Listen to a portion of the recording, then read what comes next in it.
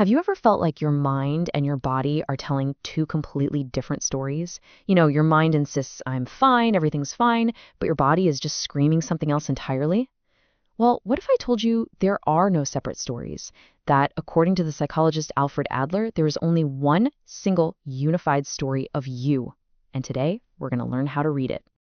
Just think about it for a second. That sudden, splitting headache that shows up like clockwork right before that one weekly meeting you absolutely dread.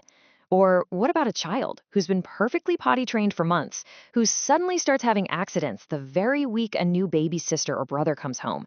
You see, these aren't just random glitches in the system. Adler would say they are messages, sent from a part of ourselves we often try to ignore, speaking a language we've almost forgotten how to hear. And this really gets to the heart of it all, doesn't it? Our physical selves are often communicating truths our conscious minds are maybe too polite or too scared to face.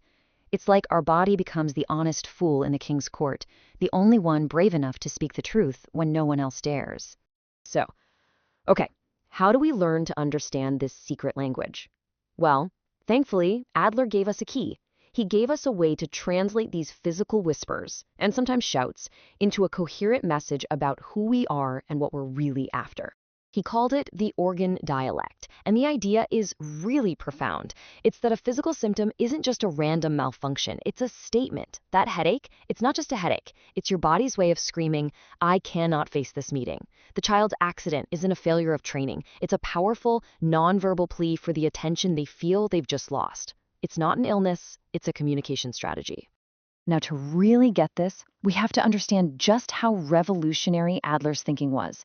And to do that, we need to contrast it with a psychological model that, let's be honest, most of us grew up with, the one that sees the human mind as a constant raging battle.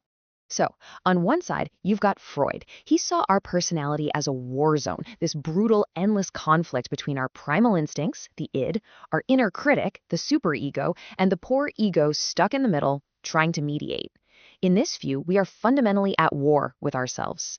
But Adler, he saw something completely different. He said the personality is a unified, indivisible whole. It is never in conflict with itself. It's not a battlefield. It's more like a perfectly choreographed dance where every single move, even the stumbles and the missteps, serves a single overarching purpose. And this, right here, is the absolute key.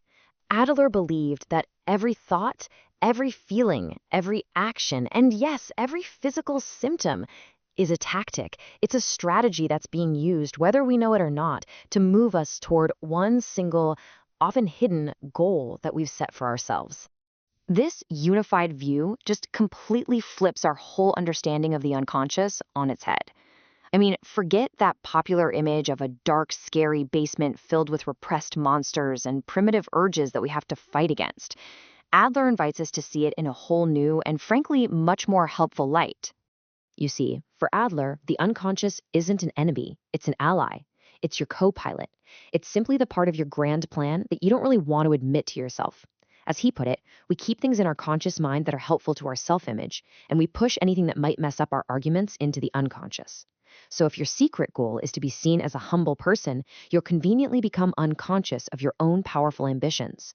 It's not some monster in the cellar. It's a brilliant strategic tool for maintaining your chosen lifestyle.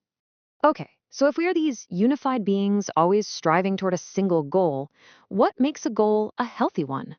What's the secret ingredient for a truly meaningful life? For Adler, the answer was crystal clear, and it lies right at the very heart of his psychology. He called it social interest, or in the original German, Gemeinschaftsgefühl. Now, this isn't just about being sociable or being an extrovert. No, it's so much deeper than that.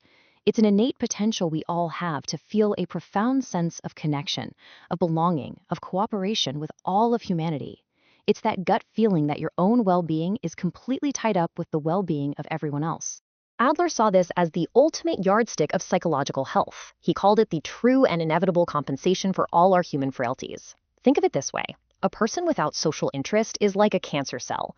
It grows only for itself, it takes resources, it ignores the whole body, and in the end, it destroys the host, and by doing so, destroys itself. But a person with a developed social interest, they're like a healthy cell, thriving precisely because it's contributing to the health and survival of the entire body.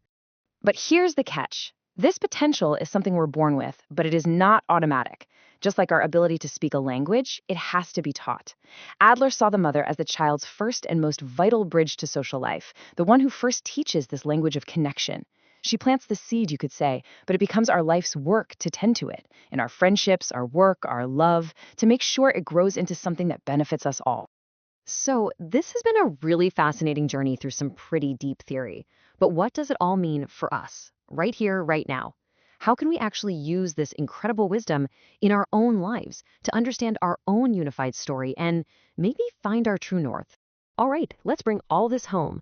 First, start listening to your body. That organ dialect is your most honest feedback channel. Second, watch your actions, not just what you say you're going to do. Your actions reveal your true goal every single time. And finally, if you're really searching for happiness and a sense of meaning, try asking yourself a totally different question. Stop asking, what can I get out of life? And start asking, what can I give?